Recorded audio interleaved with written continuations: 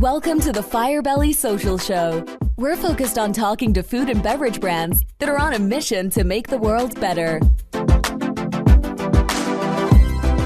Hey, everyone. Duncan here with another episode of the Firebelly Social Show, where I chat with founders and leaders of mission-driven food and beverage brands. And we're squeezing out the story today of how a fourth-generation citrus grower turned his family heritage into the nation's #1 organic juice brand, with none other than my man, Matt McLean, founder of Uncle Matt's Organic. But before we get into that story, a big thanks to our sponsor, Firebelly Marketing. At Firebelly, we partner with mission-driven food and beverage brands to spark connection, build loyal communities, and drive engagement through social media. If you're ready to turn your social into a place where fans gather, customers connect, and excitement grows, visit firebellymarketing.com. All right, so today we're joined by Matt McLean, a seventh-generation Floridian, fourth-generation citrus grower, and real-life uncle to 10 nieces and nephews. And back in 1999, Matt planted the seeds for Uncle Matt's Organic on just 3 acres in his dad's backyard. 20 years later, that has blossomed into the nation's #1 organic juice brand, found in some 20,000 stores across the country. Matt's journey is a testament to resilience, vision, and dare I say kindness to stay grounded in your roots in every part of the world. So I'm so excited to have you, Matt, my man. Welcome to the show. Hey, Duncan. Appreciate it, man. Thanks for having me on. This should be a fun conversation. Yes, sir. I have to say that ours is a success story in many ways because we met on LinkedIn and joking around on LinkedIn, and then I came and hung out with you at Expo. And also got to meet one of your compadres, Mr. Andy Epstein. Shout out to him, right? Yep. B&A Brokers in New York City. The most stylish man in New York. That's right. For sure. And Matt, let's start. I'm so excited to have you, first of all. Let's start with, how did you decide to start your company, back in 1999 with just 3 acres in your dad's backyard? Yeah, it's a long story, man. It has been a while since June of '99. Here I am, 26 years into this thing. It's pretty crazy, but honestly, it doesn't feel like 26 years. I still feel like I'm a startup, 3 to 5 years in. But I guess it's because we continue to grow. It's just exciting. We still have such a large market opportunity in front of us, even the size we are today compared to when we first started. Really, really pumped about where the company's at. But when we started at the beginning, I would not have thought Uncle Matt's was going to be the business that I would start and where it would be today. I went to school to get out of the citrus business. I grew up in the orange groves in Central Florida working for my dad. He owned some groves along with my granddad. And when I went to college, I said, I'm going into business. I didn't take one class in agriculture. And I kick myself today. I wish I would have taken more ag. I really like the ag part of it. But when I got out of college, I had the opportunity to either sell computer software or business forums and being in that business side of it, or I had an opportunity through one of my father's consulting clients. He was a grower and he was German. He had a citrus grove and he said, hey, I really think there's an opportunity. If you work with me, I have a lot of bottlers that I know that are friends of mine in Germany, and they're looking for Florida orange juice and grapefruit juice, but I need someone to help find it and that knows about the quality of it and that can actually help buy it and ship it over to Europe. And so I said, man, that sounds kind of fun. I'll get to travel to Europe. Who knows if the business is going to work or not, but it connected me to my roots of citrus and what I really loved about our family. And it brought me back to a lot of the good things that I liked about citrus and the fruit and selling it overseas. And so we started a little import-export business. And before I knew it, we were doing $5 million a year, just brokering juice. And I was going around to the 30+ juice plants in Florida at the time. And I was finding the right Brix acid ratio, the right varieties, all those different things that make high-quality juice. And it's really what I learned. It was a good starter course for Uncle Matt's because I learned about juice and what makes a great tasting juice. And then eventually, one of the German customers asked about organic. And they said, hey, can we find some organic? They called it bio. Can you find some bio grapefruit? And that's what started Uncle Matt's. I had to the aha business moment. I came back. There was no Trop or Simply that was organic. And I thought if it's trending in Europe, it'll trend in the US. And so it took me a couple years. And then June of 1999, I finally figured it all out and put it together with one SKU. Well, I mean, one SKU, talk about focus, right? And let's go back to 1999. What was organic in the juice world like? Yeah, it was brand new. It was still a very infant stage. It was before the USDA organic seal that you'll see on every package. That wasn't passed until 2002.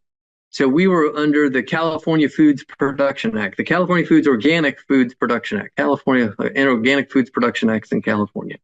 And so we put that on our cartons, and we had quality or Florida organic growers certified us to that standard from California. That later became the basis for the 2002 USDA organic rule. So we went around. There were a couple people in Florida that had certified to that, and we went to those growers and started working with them, buying their fruit, processing it into juice. And that's how I started working with the Germans and exporting to them. And then it led into my own Uncle Matt's. And from there, we took it a step further and started certifying growers and transitioning them to organic and using my dad, my granddad, and my brother, their agronomy backgrounds to help transition and certify and grow organic citrus. Wow, wow. So you were not instrumental, you were directly involved with this transition for so many growers. Oh, absolutely. So we went from the little 3 acres in my dad's backyard. We transitioned that one to organic, and it was a grapefruit block. From there, I think in our peak, we were 35 citrus growers in 3 different counties. I reside here in Lake County, just west of Orlando, but just below us, Polk County, and then below that, Highlands County. We had 35 different growers that we converted to organic. Took 3 years to transition the process. And it was almost 1,500 acres that we had, and we took care of it all ourselves. So we had a whole separate company with my dad and brother as the lead agronomist, a team of 20 people, 3 tractors and sprayers and mowers. And we made our own compost spreader so we could put 5 tons of compost per acre. We were at the peak. And then little citrus greening bug showed up in 2015, and it has changed our lifestyle quite a bit. And the business has had to pivot away from Florida as our lead supply source. But a lot of roots in agriculture. It really, it's where our passion lies, is growing. And so we built a pretty good amount of organic farmers from our history from the beginning. How'd you come up with the name? How'd you add the moniker Uncle to Uncle Matt? I mean, to Matt. Yeah. So I'm true, 10 nieces and nephews from 2 siblings. They're very productive. I have 2 kids of my own, teenage girls. They're great. But it actually, when we started to come up with a name, I was just kicking the tires. I had a lot of generic names. They were terrible. I think my finalist was Healthy Farms. That was really bad. But then my sister-in-law, it literally came to her in a dream. She is a spiritual person, and she said, "Look, I'm going to be honest with you. I had a dream. I think God told me to tell you about. It should be called Uncle Matt's." And I was like, "Holy cow! Like, whoa, what? This is a little more than I expected. I'm literally just trying to put orange juice in a carton." But the more I thought about it, I said, "Well, that does make sense." At that time, I had 2. I had a niece and a nephew.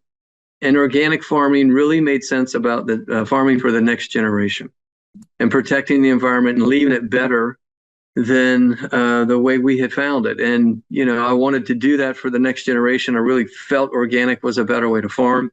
When I got that first inclination to start Uncle Matt's from the German customer, when we came back to Florida, and this was probably 96, 97, I met with my grandfather and asked him, can we grow organic in Florida? And he was pretty much offended. And he said, what do you think I did before pesticides were invented? Pesticides weren't invented until, after World War II.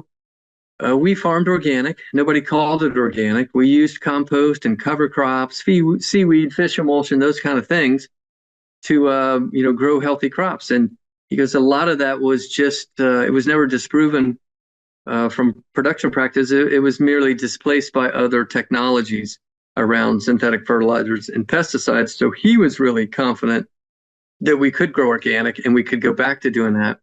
And so he, at the end of his life, he was so excited, and just it really completed him from beginning and where he had seen agriculture go full circle to where now he said, hey, look, we're our own worst enemy right now. We have the mindset of not holistically thinking about building a healthy soil with a healthy tree that can naturally turn on its own immune system and defend against disease and pests. Instead, we just have the mindset, if you have a pest, well, then find a pesticide. If you have a weed, then find a herbicide. So he was so excited because organic, while it's not a perfect farming method, it's definitely better than the synthetic counterparts that he had seen over his lifetime. And he believed in that philosophy, and we still proudly believe in it today, here in, many, many years later. I mean, it's a wonderful, I'm hearing this theme of family, a lot. I mean, everything from your sister telling you about her dream to your father's property to your father and grandfather helping you, and so I think the name Uncle Matt is only accurate because it speaks to your strong, strong belief in family. I would agree with that.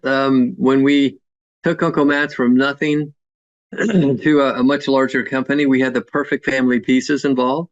We call it Uncle Matt's 1.0 because before we decided as a family to sell the company in 2017.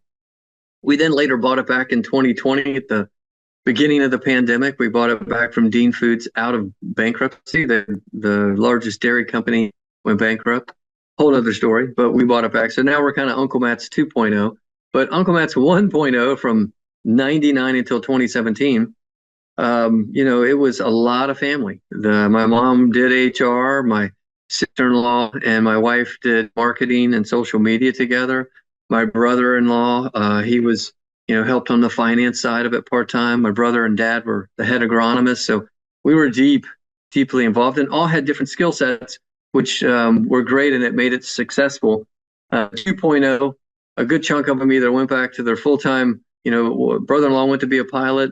My mom retired, so we parted some ways, but my wife and I and dad and brother still work daily at Uncle Matt's 2.0. I mean, I kind of feel like family fuels the whole thing. It does. I mean, we definitely, we get together as a family and try to, figure out what's the next best steps, from innovation to messaging to partnerships, definitely around agriculture, as we're searching the globe for the best quality ingredients. And when we do that, we wind up talking to farmers about, what are your growing practices? What's the climate like? What's the soils? What are temperatures? What kind of disease pressure are you dealing with? What are your limiting factors? And ultimately, how can we help them from what we learned in Florida and our ag background? Can we help them grow better or defend against disease and pests and things that we've learned over our multi-generations? I mean, it's a multifaceted leadership model, which I just love. I got to give a shout out to one of my friends, Taylor Carlier. And it's triggered by what you said, because she always says, when the Lord speaks to you, you got to listen. And it sounds like the Lord spoke to your sister. Yeah, she did. He did. Yeah. And I was like, well, okay, I guess I'll take the torch. I didn't really see myself as being the, spokesperson of the brand. But I think it really, it worked out well. And for me, as they continued to add more nieces and nephews to the point that they got to 10, it just made more and more sense. Yeah. And sustainability continues to be something that's part of your vision and your practice. Yeah, we have never wavered from organic. We've been pioneers in the organic farming and food movement, and that won't change. You won't see us be, made with organic or non-GMO claim. Organic is non-GMO. We believe organic is the gold standard in food and farming, and so that's what we've always stuck to.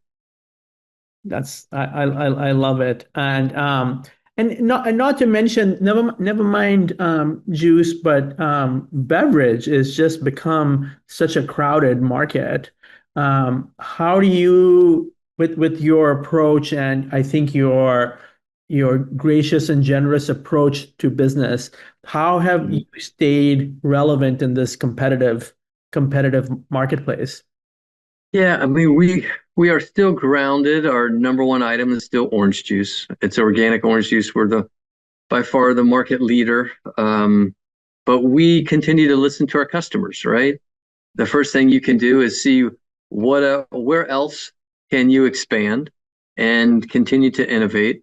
You know, I want to be a leading better for you beverage company, not just an organic orange juice company. I should say a leading organic better for you beverage company is what we really strive to be. And so we have gone into other items. We've done functional juice blends. So Ultimate Immune is orange juice with elderberry, zinc D, and boosted with C from acerola. We do an Ultimate Defense, which is orange and turmeric, pineapple and ginger. It's got whole root turmeric ground up in it, and also has live probiotics. So we've done some other things a little different. Our lemonades and punches are no sugar added. We just use the organic stevia leaf extract. So it's no sugar, so you don't feel guilty about too much sugar in a lemonade. And then our teas, we real brew our teas. Those are brand new. Just continue to innovate and see where do customers take us in that cold chain, better for you, just in time, fresh, multi-serve set.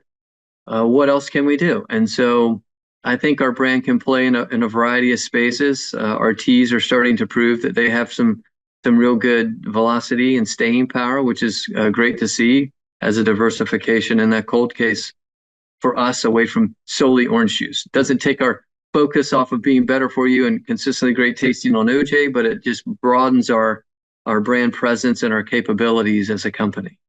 I mean, you just touched on something that was part of my set of questions, which is innovation.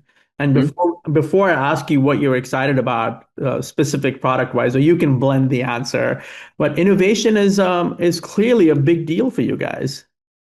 Yeah, I don't like to sit still. My dad always likes to joke that I sleep with my eyes open. So I'm always going. I like to turn and burn. I'm that kind of fidgety guy in the corner that's ready to go, and it's been great. So I always try to push the envelope around what else can we do. We now have a nice brand platform. We have national distribution. You can find us in over 20,000 stores from Hawaii to Alaska to Maine to down in the Caribbean. So what else can we do with that brand presence? As long as we stay true, I believe, to organic and high quality. And our little mantra is always to be consistently great. So we challenge ourselves with every bottle to make sure we're consistently great with the ingredients, with the blending, with the brewing, whatever we're going to do, to even the bottling, the cap, the label, everything. How do we be consistently great so you have a 5-star experience no matter what product you pick up from Uncle Matt? So if you were an employee for Uncle Matt, you would be wore out on how are you being consistently great on a daily basis to serve the customer. I mean, but innovation is key. It sounds like it. It sounds like it's customer obsessed innovation. It's like you want to deliver everything that your customer wants, and yet stay in your lane. Yeah, we're not branching way far out. We're not going to be in the early days of Uncle Matt's, you could easily get shiny ball syndrome. It was a shotgun blast of opportunity. Like, oh my gosh, maybe I can have anything from organic carrots and apples to milk to orange juice, and that was a bad strategy. Yeah, it was, you just got too distracted, too diluted, too many good ideas, right? And so you really, as an early entrepreneur, what do I do really well? What do I do really well? What is the customer telling me I do really well? Because the velocities will increase, your product will continue to grow. If you're not doing that well and the customer isn't rewarding you, then you need to pivot and do some other things. Once you have success, then you can add some more innovation. And so we started innovating once we figured out, like, okay, you know what? They like our pulp-free orange juice. Whatever things can we add in that space? And we started very simple, adding with pulp, adding calcium, very simple, easy items to get into. But today, besides lemonades and punches, tea is a pretty big jump for us. I grew up as a tea drinker down here in the South. I love drinking, just black tea for lunch. I also like green tea in the morning, a hot green tea. So for me, it was nice to also say, hey, well, how do we challenge ourselves? We have a bottling plant. We're doing a lot of blending with juices. How do we retrofit it and be able to brew tea? And you'd be surprised how many teas are out on the market that aren't real brewed. They come from a tea concentrate, and they don't have the polyphenols naturally from brewing. They don't have the flavor. They have to add caramel color and other stuff to it, which to me, I was really disappointed. So we thought there was a pretty good opportunity in the marketplace. It was followed up by several of our key customers, buyers telling us, hey, have you thought about doing this? And it gave us the opportunity to put it on the shelf. And we're still learning. We're not going to be successful with everything that we launch, but we're definitely throwing things against the wall right now. I mean, and I think that this is a great time for me to ask you, because you already touched on it, is there anything in the near future that you're super excited about? Yeah, I mean, we've launched in our teas early on. We launched just basic sweet and unsweet black tea. It's an Assam variety from India, which is, I think, a nice Cadillac, really premium quality grade tea. But besides those very general ones, we've now gone into a nice half and half. We used our not from concentrate lemon juice. We do a really good lemonade, and we put that in with the black tea. It makes a wonderful half and half. We just finished a rotation in Costco LA that was very successful. They ordered twice as much as they thought they would in the beginning because it did very well.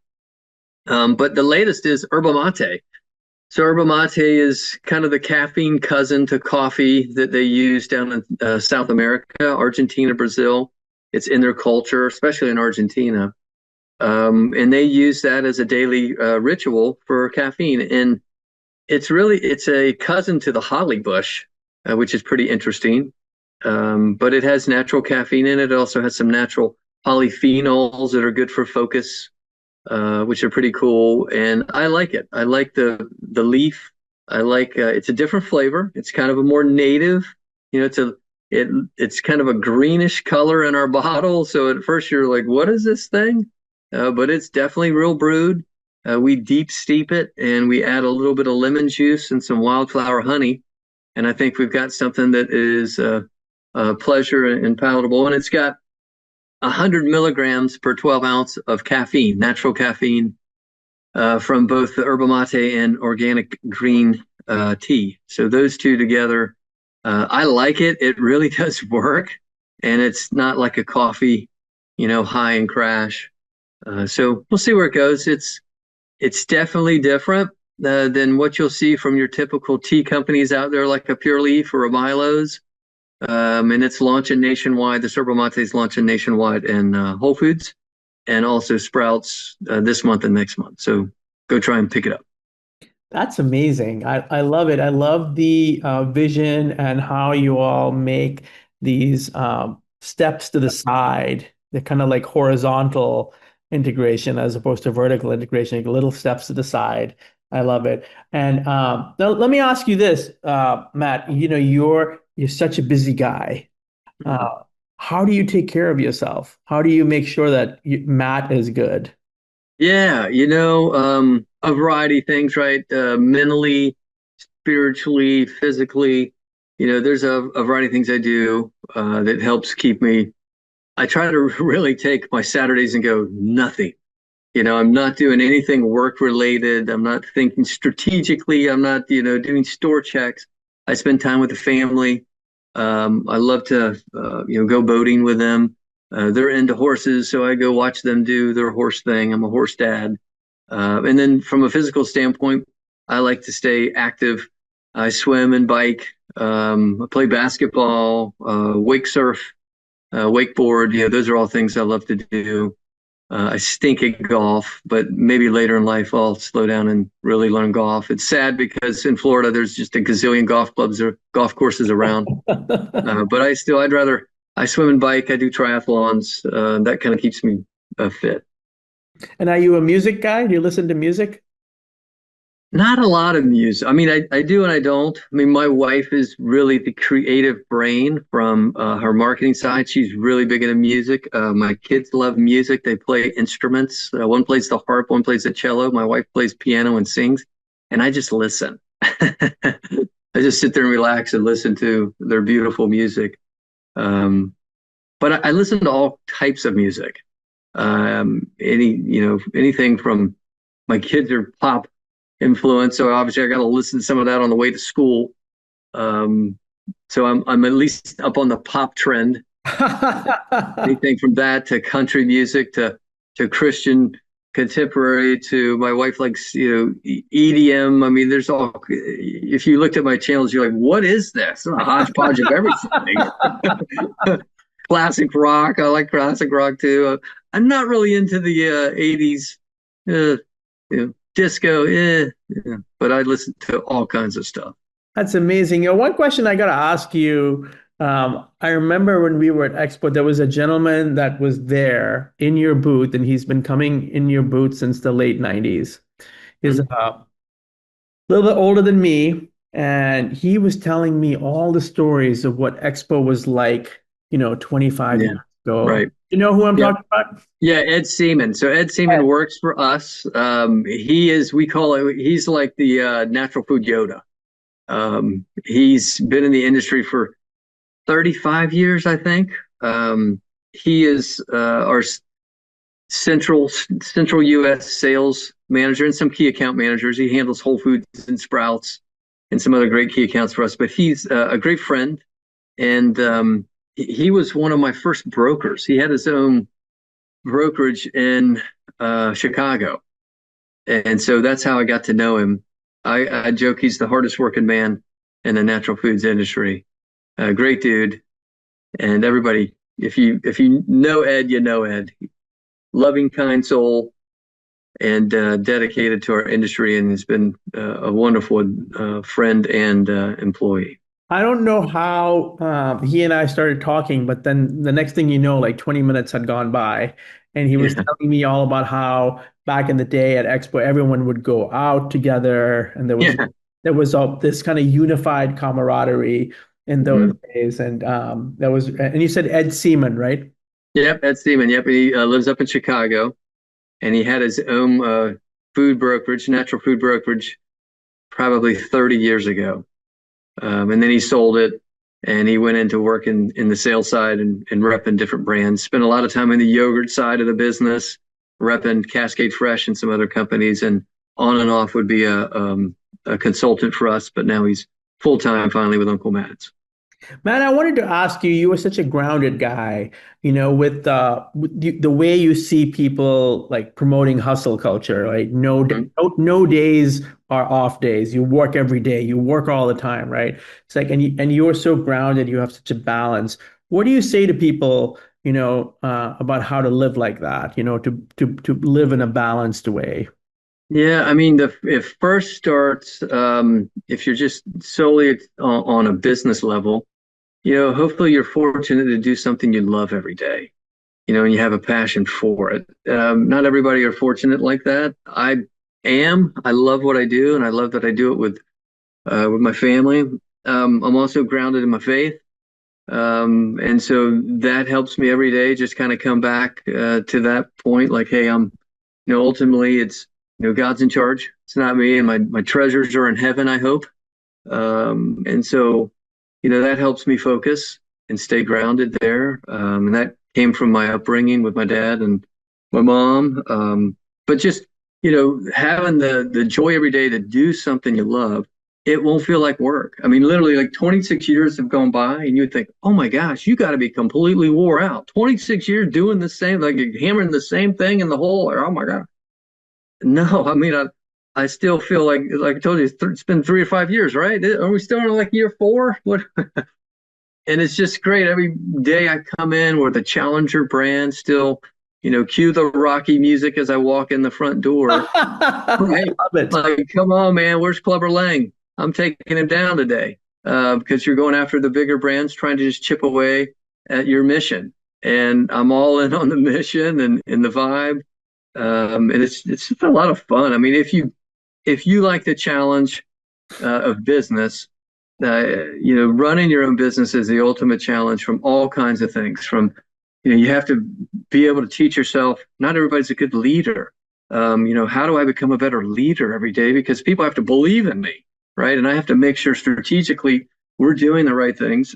I have to go out and make sure the customers believe in us, and then the consumers believe in us. And so, every day working on yourself to try and be better, learning from customers, admitting, being humble, knowing that, hey, I don't have all the right answers, but if you're smart enough, you will find the people who have the right answers. And if you're humble enough, you'll listen to them, right? That's amazing. That's amazing. This has been a fantastic conversation. Anything else you wanted to put out there to anyone or about anything? I will say we didn't even talk about another huge monument in our company's existence is the partnership with the Orlando Magic. We are now the official orange juice of the Orlando Magic, which is, if nobody knows who they are, or if you don't know, it's the NBA team here in Orlando. And I grew up 30 minutes from Orlando. I grew up with the Orlando Magic from the beginning. And for our little company now to be the official OJ partner of the Orlando Magic, it's pretty cool. It's one of those pinch me moments. The season's gonna start here in another month. Opening night, I think, is like October 22nd, and our name's gonna be up on the scoreboard and the ring, the halo ring, and we're gonna be selling our juice in some of the concession stands. It's just a cool moment that from a brand awareness is what we really hope. Disney brings in 50 million people to the Central Florida area, and a lot of them go to those games from a tourist standpoint. So we're hoping, just more brand awareness, more household penetration, to try and get our name out there. And since we're sold nationwide, hopefully, people will see us and relate us to a fun experience and time that they had watching the Magic. So that's a big one. That's going to be one of those cool moments when we go to the first game and see our name, around the arena. That's amazing. I'm so happy for you. I can only imagine the emotion that moment will hold for you. Yeah, it's going to be pretty cool. My wife and I are planning on going. Yeah, I mean, I would bring a couple Kleenex. We're going to do the rally towels, man. We're going to hopefully win. It's against the Miami Heat. Well, that's amazing, Matt. Thank you so much. I mean, from every interaction I've had with you has been, either with humor or joy. So thank you so much for shining your light, my man, and making the world a better place. I mean, just by being a founder, you're making the world a better place. But the way you do business and the way you approach the world is just inspirational. Hey, man, I appreciate that. That's really kind words. And I take that to heart, man. Thank you so much. And, enjoyed meeting you live at Expo. Thanks for reaching out on LinkedIn. And for people that are listening, reach out on LinkedIn. You'd be surprised the great people you can meet on there and hook up. And it's pretty cool. So I appreciate what you're doing and trying to tell other people's stories. So congrats to you and best of luck. Thank you so much. That's such an inspiring and energizing conversation with my man, Matt McLean, the heart and soul behind Uncle Matt's Organic, from humble backyard beginnings to becoming the nation's top selling organic orange juice brand. Matt's story just proves that with the right vision, persistence, and staying true to your values, in this case, family values, you can create something extraordinary, not to mention this phenomenal partnership with the Orlando Magic that's going to have far-reaching positive consequences. So, Matt, thank you so much for sharing your journey, your insights, and your love for great citrus and the product expansions, the yerba mate and the half and half lemonade. Everyone, please go and check it out. We must support great people like Matt and his family and their team. And so, everyone listening, if you want to learn more, and more importantly, taste the difference for yourself, head over to unclemats.com and explore their full line. And of course, if you're a mission-driven food or beverage brand ready to connect with your audience and grow your social, Firebelly is here to help. Visit firebellymarketing.com to see how we can support you. Thanks for tuning in. Don't forget to subscribe, rate, review the show. And until next time, this has been Duncan on the Firebelly Social Show. Keep creating, connecting, and go check out Matt on LinkedIn. Thank you, Duncan. Thank you, Matt. Thanks for listening to the Firebelly Social Show. We'll see you again next time, and be sure to click subscribe to get future episodes.